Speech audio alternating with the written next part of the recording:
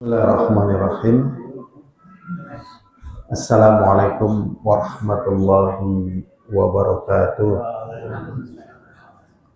Alhamdulillah, wassalatu wassalamu ala rasulillah wa ala alihi wa ashabihi wa man tabi'ahum bi ihsanin ila yaumiddin wa ba'd.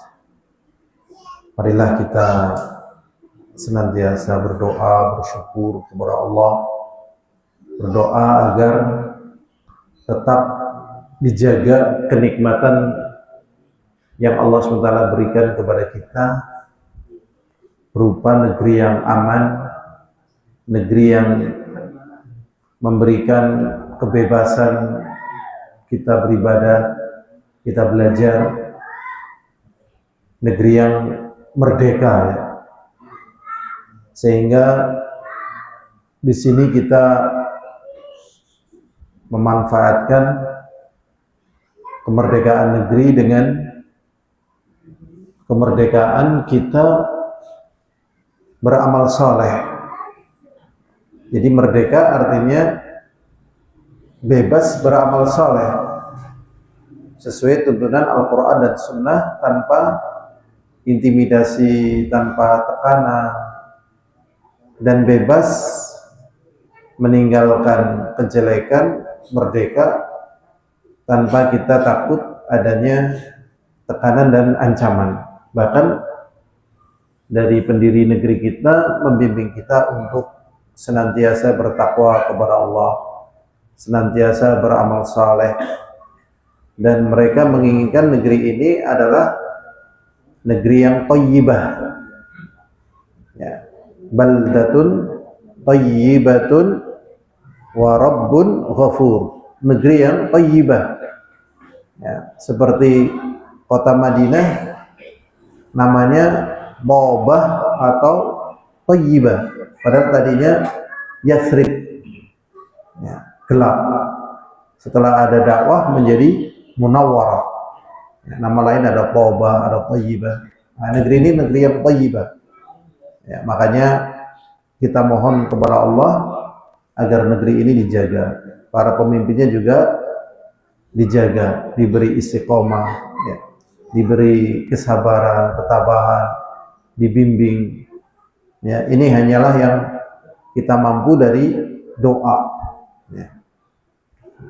Al-hadirun azani wa azakumullah, juga kita bersyukur kita diberi kemudahan untuk mendalami agama. Termasuk dalam kesempatan kita kali ini, kita akan membahas kitab Riyadhus Shalihin jilid yang ketiga. Kitabnya adalah perkara-perkara yang dilarang. Ya, jadi Riyadhus Shalihin itu dibagi tiga. Ya. Jilid yang kedua itu tentang masalah adab. Nah, jilid yang ketiga tentang masalah larangan-larangan. Jilid yang pertama masalah ikhlas, masalah taubat, masalah jujur, masalah sabar, masalah mujahadah, masalah tawakal, dan seterusnya. Yang ketiga tentunya levelnya lebih tinggi. Berarti artinya secara umum dari pelajaran-pelajaran masalah ikhlas itu dianggap paham, ya. Kemudian adab juga dianggap paham. Walaupun tetap ketika kita mempelajarinya, kita banyak faidah, bahkan menguatkan ilmu yang telah ada. Tetapi tatkala kita belajar, kita melihat mana yang paling urgen, yang paling penting. Jadi di dalam agama kita menuntunkan untuk, ya, yang disebut dengan ahamiyah. Jadi belajar agama itu dari yang paling penting kemudian sampai paling di bawahnya, dari paling penting terus begitu. Namanya ahamiyah.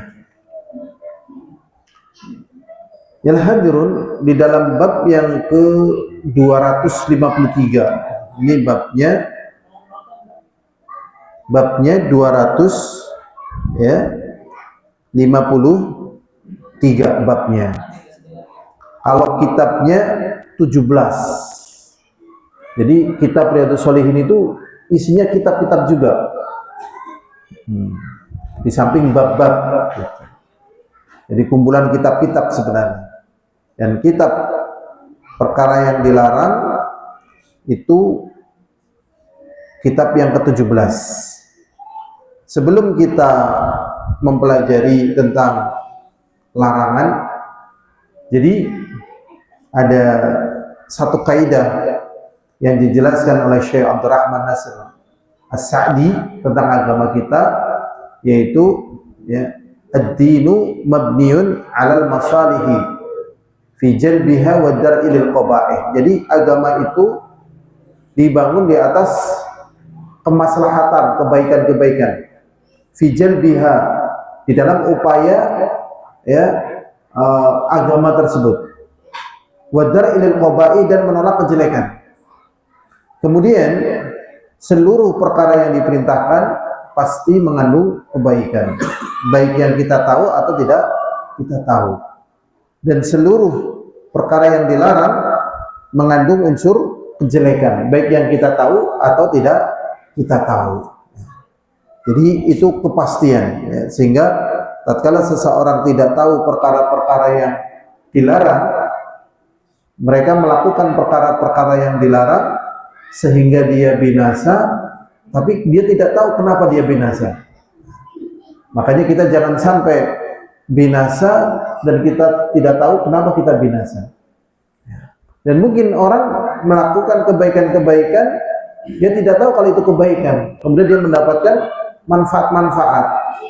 Ini juga jangan seperti itu ya. Walaupun lebih untung yang tidak tahu kebaikan tetapi mengamalkan kebaikan, dibandingkan tidak tahu kejelekan kemudian mengamalkan kejelekan.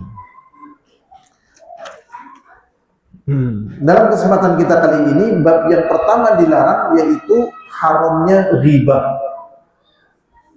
Jadi riba ini termasuk larangan yang dinomorsatukan oleh Al-Imam An-Nawawi.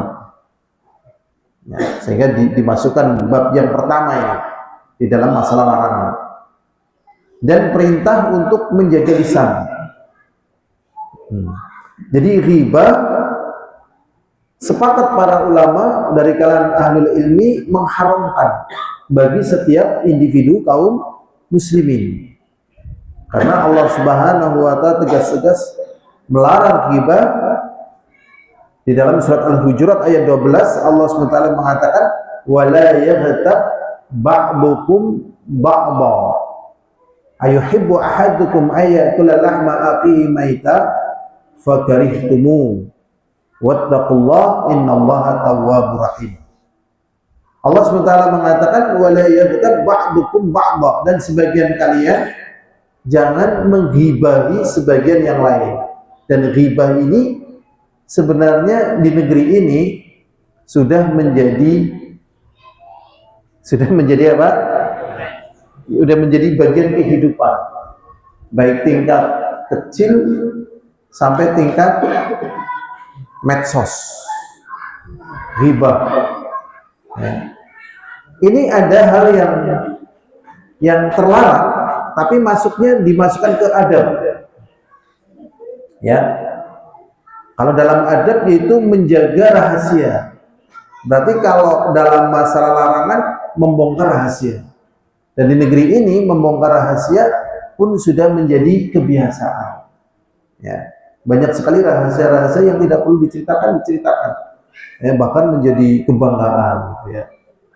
Seperti rahasia antara suaminya dengan istrinya misalnya. Itu sudah menjadi kebiasaan ya. Hal-hal yang tertutup, dibuka, begitu jangan. Kita lanjutkan lagi. Dan janganlah kalian menggibahi sebagian kalian dengan sebagian yang lainnya. Apakah salah seorang di antara kalian itu pingin memakan makan apa? Daging saudaranya. Ya, apakah di antara kalian ingin makan daging saudaranya, itu makan daging manusia? Manusia masih hidup diceket gitu ya, atau dimasak misalnya dagingnya. Ya, daging yang ya manusia Maita bahkan yang sudah menjadi bangkai, ya sudah jadi bangkai kemudian dimasak nih. Kemudian Allah mengatakan fakrihtumu, pasti kan tidak suka. Maka bertakwalah kalian kepada Allah, sesungguhnya Allah Maha penerima taubat. Jadi ghibah itu seperti memakan bangkai saudaranya, ya, seperti memakan bangkai saudaranya. Ya, orang makan bangkai ayam aja nggak minat, bangkai kambing nggak minat, bangkai anjing lebih nggak minat, bangkai babi lebih nggak minat. Nah, ini makan bangkai saudaranya, itu ghibah. Karena memang ghibah itu taubatnya sulit, ya, taubatnya apa? Sulit. Makanya orang-orang yang menghibahi ya cara taubatnya wallah alam kayaknya sih boleh ya. Datang Pak, ini ada orang yang menghibahi Bapak, katanya Bapak gini misalnya. Orangnya minta maaf, ini orangnya ngasih hantaran ini. Padahal yang ghibahi dirinya itu.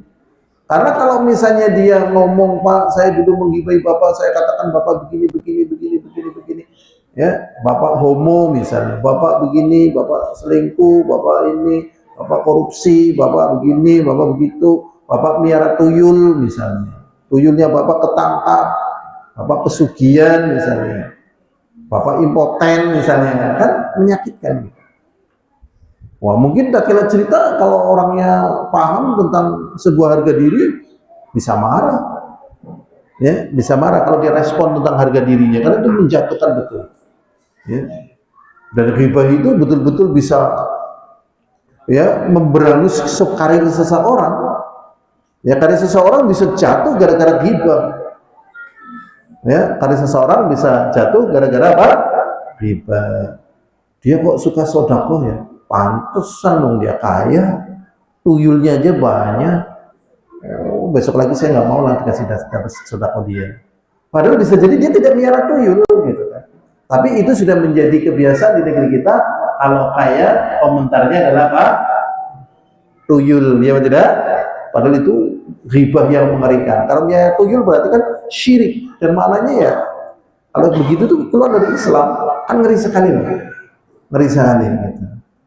Atau misalnya kata-kata kayak gini, kok dia nggak mirip sama bapaknya, nggak mirip sama ibunya ya?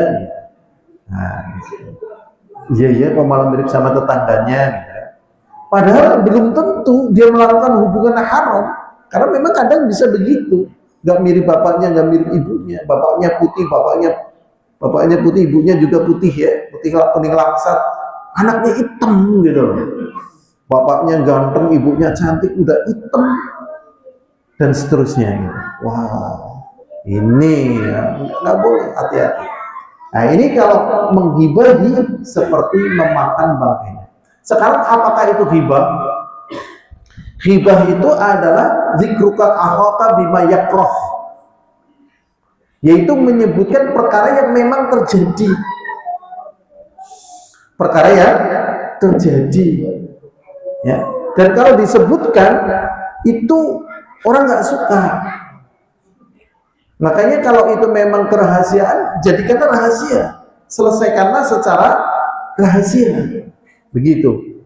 Ya, kalau zaman dulu, ini zaman dulu ya, kita zaman dulu. Kalau sekarang kan mungkin nggak begitu ya, di masyarakat kan udah berubah.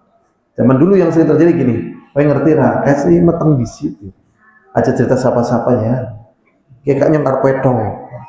Hal yang demikian itu nggak boleh, haram.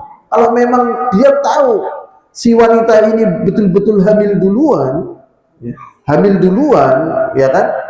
Kalau memang mau nyelesain, datang ke rumahnya, Pak. Ini biarkan anak bapak itu sampai lahiran, Pak. Ini yang laki ditahan. Nanti kalau udah lahiran, itu nanti baru dinikah. Masalahnya nanti kalau dinikah ini hubungannya itu zina itu, Pak. Ya, ininya nggak sah ini, Pak.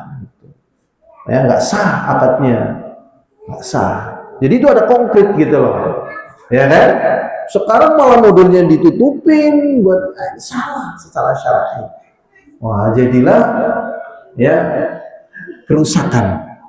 Ya, kerusakan kehidupan berbangsa dan bernegara dan bermasyarakat. Nah, berkahnya jadi kurang. Itu ya. Sekarang lagi hadirun azani wa azakumullah. Itu salah satu contoh. Padahal contohnya banyak. Bukan hanya itu. Nah, ini ghibah. Nah, kalau tidak terjadi namanya dusta. Ya, namanya apa? Dusta. Ya, makanya ada dusta yang sangat mengerikan dan Allah SWT yang membela yang bernama hadithul ifki, peristiwa kedustaan, yaitu tatkala Aisyah radhiyallahu taala anha dan Sofwan al-Mu'attal radhiyallahu taala anhu, ya, Aisyah waktu itu ketinggalan ya pasukan bersama Rasulullah sallallahu alaihi wasallam. Kemudian Sofwan bin al-Mu'attal radhiyallahu taala anhu adalah pasukan pembersih, melihat Aisyah sendirian kaget, subhanallah. Ontanya Aisyah radhiyallahu anhu udah berangkat. Jadi Aisyah yang istri Rasulullah tentunya pakai onta, tapi ontanya sudah dibawa. Dan yang membawa ontanya Aisyah nggak tahu kalau Aisyah tidak ada di dalam sekeduk tadi. Akhirnya ya udah selesai. Kemudian disebarkan berita dan yang semacam ini sangat mengerikan. Ya, kalau bukan karena pertolongan Allah, nggak tahu agama kita ini mau bagaimana. Tapi karena agama ini dijaga, akhirnya Allah turun. Ya, bahasanya itu dusta. Nah, ini ngeri ya, dustaan, ngeri. Kehidupan kita berlindung kepada Allah dari hal yang demikian ini. Berikutnya ialah hadirun azani wa azakumullah. Jadi ya ghibah termasuk dosa besar ya, dan termasuk kerusakannya sangat mengerikan. Mirip seperti adu domba yang disebut namam. La yadkhulul jannah namam, tidak akan pernah masuk surga orang yang adu domba. Adu domba itu artinya naklul khobar lil ghair bi qafdil ifsad, mengambil berita ya untuk disebarkan kepada orang lain, tujuannya adalah merusak. Dan di masa kita ini media itu betul-betul merusak ketenangan dan kedamaian kaum muslimin. Makanya kita kalau lihat media ya bekali dengan ilmu ya, nggak mesti media itu betul-betul baik, dan kebanyakan media itu jelek gitu ya. Media itu apa? Jelek. Yang baik ya taklim ini, yang menetralisir dari sebuah berita yang menimbulkan kesedihan, baik nasional atau internasional gitu. Makanya kalau yang nggak ngaji ya banyak sedihnya. Karena siapa yang menetralisir? Berikutnya hadirun azani wa azakumullah. Allah SWT berfirman, ini kenapa tidak boleh riba, kenapa tidak boleh namimah, kenapa tidak boleh menyebarkan fitnah, menyebarkan gosip gitu. Allah SWT mengatakan, wala taqfu ma laysa laka bihi ilmun. Janganlah kalian mengikuti sesuatu yang tidak memiliki ilmunya. Nah, inilah pentingnya ilmu, menjadikan kita tidak larut di dalam kehidupan. Kita tidak apa? Larut. Ini berlaku kapan ya? Berlaku dari zaman dulu nanti sampai hari kiamat. Jadi terus akan ada hal yang melarutkan manusia. Kalau zaman dulu mungkin animisme, dinamisme, tahayul, khurafat. Nah, sekarang mungkin kebodohan, kedustaan dikemas dalam sebuah konten ya, seakan-akan benar. Nah, untuk menilai ya konten ini kualitas atau tidak kualitas, kita memiliki ilmunya. Oh ini benar nih, oh ini salah ini tujuannya keliru ini bohong ini nggak tahu ini. Gitu. Ya. Jadi memiliki apa? Ilmu. Kemudian Allah SWT mengatakan inna sama wal basar wal fu'ada kullu dzalika kana anhu mas'ula. Karena sesungguhnya pendengaran penglihatan dan hati itu akan dimintai tanggung jawab, Ya, makanya kalau kita tahu hal-hal yang terjadi dan jelek, kita nggak bisa nyelesain, mending diem, cep, gitu. Jadi tanggamu ngingu tuyul apa? Iya, ngingu tuyulnya bebas berumur anak nambur, tapi kacau ngomong. Padahal bisa jadi dia betul-betul tidak memelihara tuyul, ada ketek begini bisa jadi jin. Karena memang kerja jin kan rusak gitu. Rusak, karena memang manusia ini ya diproyek. Ya, ini contoh maksudnya yang kecil. Ya. Pokoknya kan nggak tahu diem. Ya, karena nanti akan dimintai pertanggungjawaban. Ya. Atau hal-hal lain lah, contohnya ya, itu yang saya bisa contohkan yang mudah. Ya. Mungkin ada hal lain yang lainnya yang tahu. Berikutnya Allah SWT juga mengatakan di dalam surat Qaf, wa ma yalfidhu min qaulin illa ladayhi raqibun atid. Dan tidak ada yang tidak ada dari perkara yang terucap kecuali ada raqib dan atid. Di pembahasan yang lain dibawakan contoh diantaranya orang yang ngomong misalnya hadza halal wa hadza haram gitu. Padahal dia tidak tahu ini halal ini haram. Jadi memang untuk menyatakan yang halal yang haram itu harus punya apa? Ilmunya gitu. Makanya tatkala tidak tahu ilmunya ya nanti dulu lah tak belajar. Ya, bisa dalam makanan, bisa masalah amalan, ucapan, tindakan dan sebagainya. Ya. Tekek halal apa haram ya? Tekek loh. Haram ya. Ternyata para ulama tidak ada yang berani mengharumkan tekek 100%. Karena banyaknya pertanyaan-pertanyaan kepada para ulama. Cuman cenderung lebih kuat ke haram. Ya, tekek bahasa Arabnya itu wazan. Jadi itu diteliti ternyata. Kenapa diteliti? Karena orang-orang Indonesia tanya kepada para ulama. Orang Indonesia kan kemarin-kemarin nyari tekek. Sehingga ditanyakan hukumnya. Kalau apa itu? Biawak. Halal apa haram? Halal ya. Itu masalah dalam masalah makan. Ya. Berikutnya hadirin azani wa azakumullah. Ya. Kita lanjutkan lagi. Allah Subhanahu wa taala mengatakan wa inna 'alaikum lahafizin. Sesungguhnya di antara kalian adalah malaikat yang menjaga, kiraman katibin, yang mulia dan mencatat. Ya'lamuna ma taf'alun. Ya. Mereka mengetahui apa yang kalian kerjakan. Jadi hati-hati. Hati-hati. Di masa kita ini, di kalangan orang yang beragama, itu pun harus hati-hati. Harus apa? Hati-hati. Contoh begini. Ini yang dibawakan oleh Syekh Shalih Fauzan tentang kasus ada dua orang teman, yang satu ini ya suka ibadah, tapi masih suka maksiat. Kemudian yang satu ini suka ibadah. Akhirnya yang suka ibadah ini tatkala ngajak temennya yang kadang ibadah, kadang maksiat gitu ya. Ternyata menjumpai temennya maksiat. Kemudian dinasihatin. Kenapa kamu maksiat? Gitu. Ya singkat jawabannya, hadza baini wa rabbi. Udahlah kamu nggak usah repot, nggak usah bingung, nggak usah kepo, nggak usah gini-gini. Ini urusanku dengan Allah. Gitu. Sebenarnya kalau dia sudah ngomong begitu dalam keadaan sadar, kita udah abstain. Apalagi kita bukan pemerintah. Kalau pemerintah ada kewenangan, ada yang namanya takzir. Takzir itu memberikan hukuman-hukuman efek jera yang tidak ada di dalam Al-Quran dan As-Sunnah. Ini takzir atau hukuman-hukuman yang sesuai syar'i misalnya. Tapi kalau kita nggak ada, udah abstain. Ternyata orang itu melakukan lagi.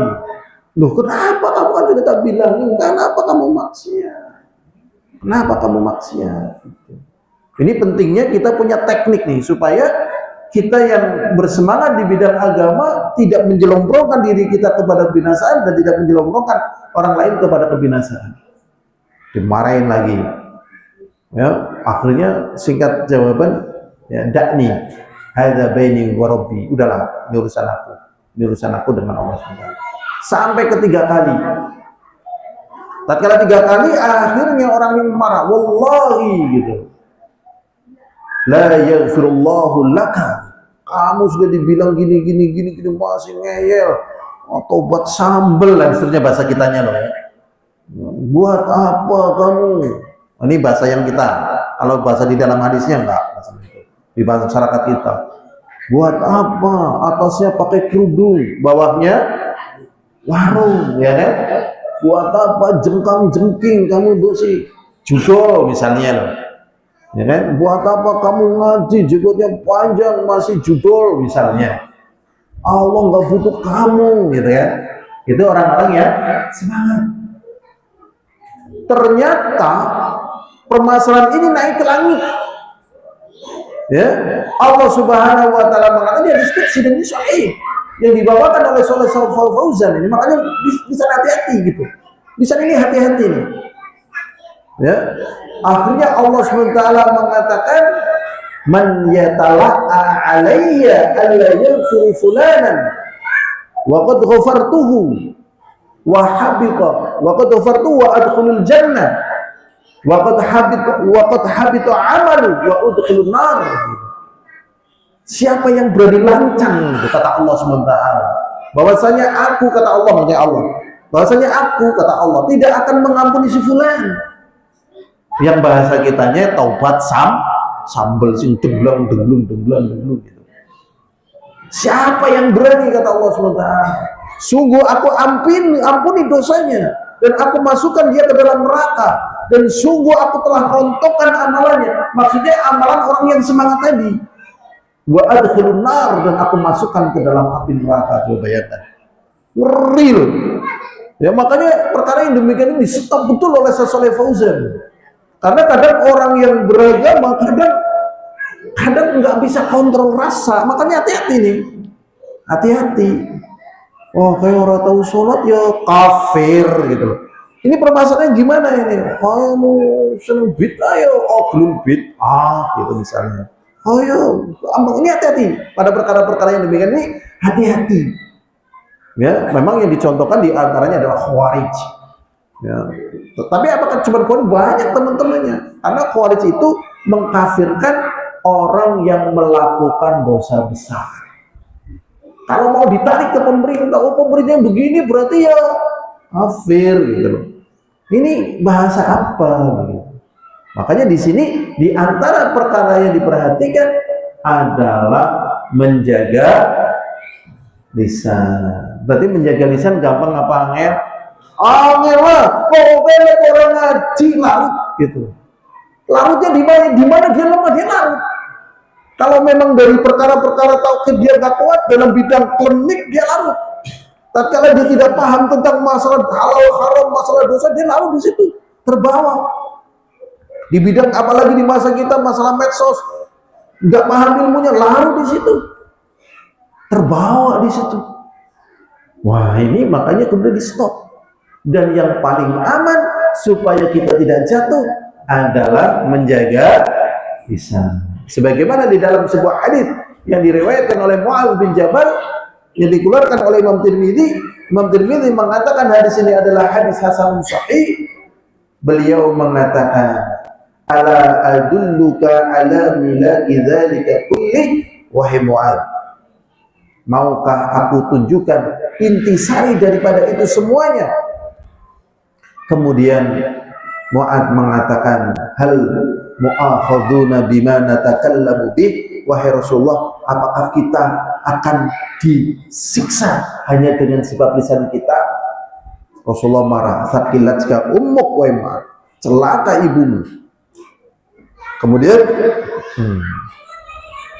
beliau mengatakan, hal yakubun nasu wujuhahum aw manakhirahum ya bima hasaidu alsinatihim, bukankah manusia disungkurkan wajahnya ya atau hidungnya itu sebabnya ke neraka jahanam, itu sebabnya karena apa? Lisan.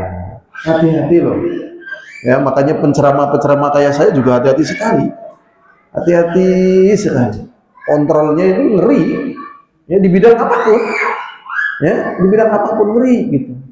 Ya, apalagi naudzubillah min dzalik yang membangun misalnya ya dari ucapannya itu adalah kedustaan. Barang siapa yang pingin rezekinya lancar, ini sudah saya ruqyah, sudah saya kasih ludah saya, ya ini bisa diganti 10 juta diminum selama 1 bulan sedikit demi sedikit, silakan yang mau beli begitu. Iya kan? Kalau memang sudah didoktrin sebelumnya, kira-kira mau beli nggak? Mau. Nah ini ngeri ini. Nah, apa? Lisan. Ya, lisan ya, lisan. Berikutnya hadirin azani wa azakumullah. Kita masuk ke hadis yang pertama. Masuk ke hadis yang pertama di dalam kitab Riyadhus Shalihin. Nah, kenapa kita pilih kitab Riyadhus Shalihin? Karena yang paling populer. Hampir seluruh kaum muslimin punya kitab ini, dan insya Allah jamaah semua yang hadir di rumah ada kitab Riyadhus Shalihinnya. Ada yang belum ada kitab Riyadhus Shalihinnya? Ada atau tidak? Ada? Ada? Nah. Kalau ada yang belum, ini hanya sekedar saran ya, jangan tersinggung. Lebih baik HP-nya dijual buat beli kitab Riyadhus Shalihin. Gitu. Ini kan kitab yang paling, maaf ini ya, bukan apa-apa. Ini kitab yang paling dianggap enteng oleh para tulabul ilmi. Ya, paling enteng. Karena kan kalau belajar Sahih Bukhari, Sahih Muslim, Muntaqal Ibnu Jarud, ya, apa Sunan Tirmidzi, Sunan Abi Dawud, atau Sunan Shaghir, dari kitab-kitab hadis yang panjang-panjang jelimet-jelimet, lebih telaten lagi. Ini kan enak gitu loh, enak gitu. Terus banyak hadis yang sahihnya gitu ya. Jadi kalau yang belum punya, lebih mending Riyadhus Shalihinnya atau HP-nya ya.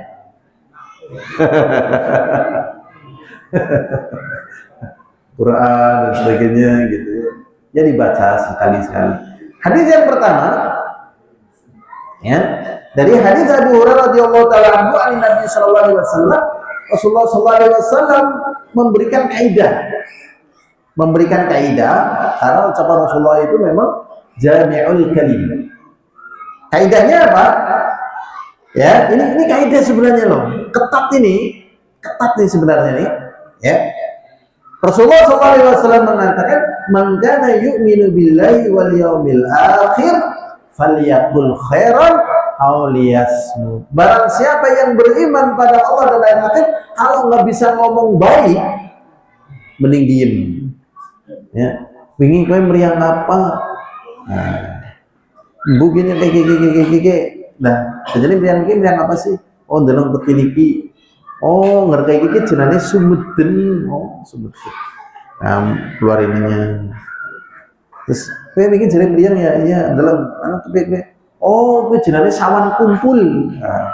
Nah, kata-kata ini kan tidak terbukti secara klinis, terbukti secara penelitian gitu loh.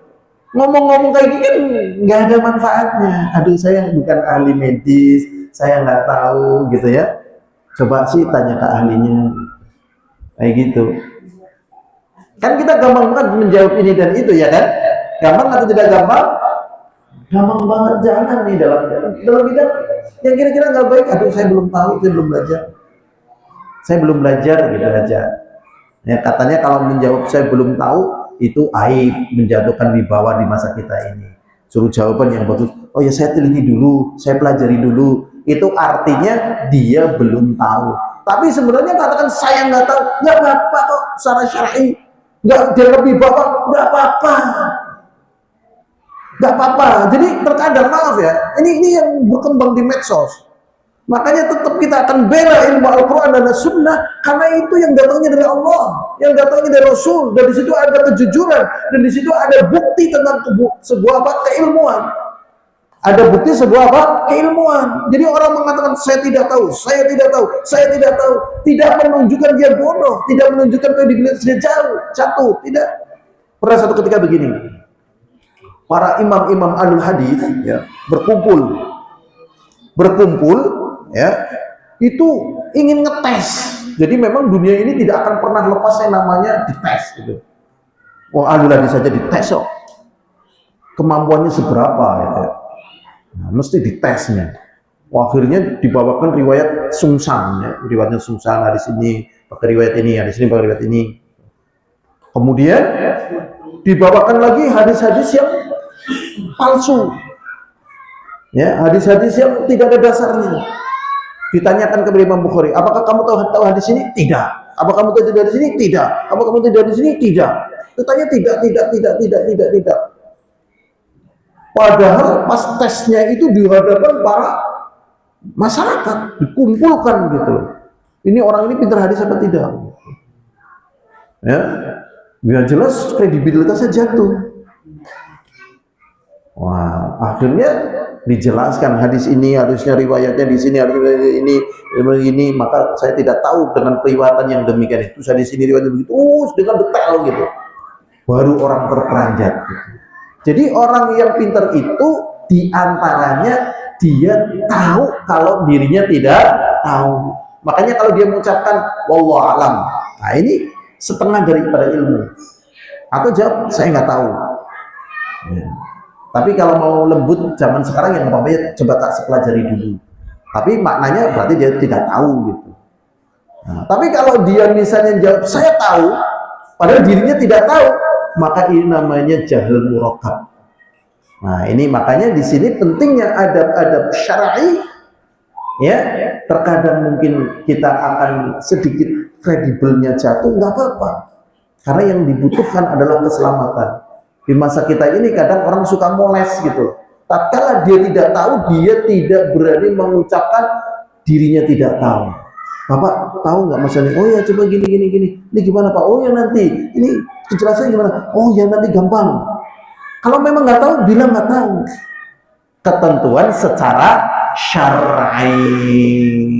Coba nanti, jangan begitulah. Apalagi ngurusi urusannya kaum muslimin. Bapak bisa nggak? Oh saya nggak bisa. Coba sana. Bapak bisa nggak? Tolong saya tak usahakan. Kalau dirinya nggak bisa, jangan bilang kayak gitulah. Karena betul-betul nggak bisa mentok dan lain bisa udah sana. Kita lanjutkan lagi lah hadirin azan wa azakumullah. Rasulullah SAW mengatakan, barang siapa yang beriman kepada Allah dan hari akhir, ucapkanlah yang baik atau diam. Nah kalau di bidang agama lebih parah lagi, yang sering buat contoh, ya Pak tidak? Yang sering buat apa? Contoh. Pak, gimana kalau saya melempar jumrah pakai batu yang besar? Bagus. Lempar jumrah adalah melempar setan. Kalau pakai batu kecil aja baik, apalagi pakai batu besar.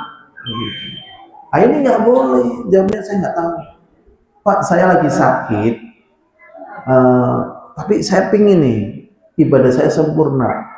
Saya lagi junub. Gimana Pak? Apa saya boleh mandi janabah? Oh nggak apa-apa, semakin bagus. Mandi, mati gitu. Wah ini nggak boleh. Coba kondisi kamu gimana? Cek ke dokter coba. Dokter membolehkan kamu nggak? Makanya para ulama kalau masalah kesehatan mesti tolong kamu tanyakan ke dokter ahli. Bagaimana dengan kesehatanmu? Oh dokter mengatakan gini-gini. Ya itu jawabannya secara syar'i. Kayak gitu. Jadi tidak mesti dijawab. Coba. Berikutnya ini satu kaidah. Barang siapa yang beriman kepada Allah dan hari akhir, ucapkanlah yang baik atau diam. Diam itu ya sudah, saya belum tahu, saya masih belajar, saya belum tingkatannya, saya belum levelnya gitu, saya belum kemampuannya belum segitu. Wibawanya nggak naik nggak apa-apa, daripada wibawanya naik kemampuannya tidak ngimbangin, berbahaya di hadapan Allah. Berikutnya hadis yang kedua, ini ada di dalam kitab Riyadhus Shalihin. Dan ini juga merupakan kaidah. Walaupun membahas tentang masalah menjaga lisan, tetapi di sini juga menjelaskan tentang masalah kondisi sebagai seorang muslim. Rasulullah SAW mengatakan dari hadisnya Abu Musa radhiyallahu taala anhu, qala qultu ya Rasulullah Aku bertanya kepada Rasulullah sallallahu alaihi wasallam, ya Rasulullah, ayul muslimuna afdal? Wahai Rasulullah sallallahu alaihi wasallam, muslim mana yang lebih utama? Berarti secara umum kaum muslimin jelas utama dibandingkan yang lain. Ya, dibandingkan Yahudi, Nasrani dan sebagainya, jelas nggak bisa dibandingkan. Tetapi di antara yang utama ini ada yang lebih utama. Jadi kaum muslimin sudah utama, ada yang lebih utama lagi, ada yang lebih utama lagi, ada yang lebih utama lagi. Secara umum kaidahnya yang lebih utama di antara kaum muslimin adalah yang diucapkan oleh Rasulullah sallallahu alaihi wasallam. Ya.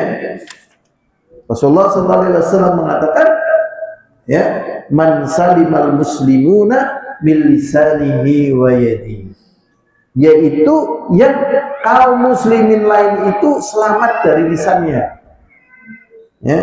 Jadi memang kalau kita tidak ada hajat untuk mengkritik, mengkritisi, mengomentari, itu tidak usah. Jadi kalau memang kita mau memberikan kritik atau memberikan pujian atau memberikan dorongan, ya, atau memberikan yang lainnya, itu dengan sesuatu yang menyelamatkan, sesuatu yang menyelamatkan.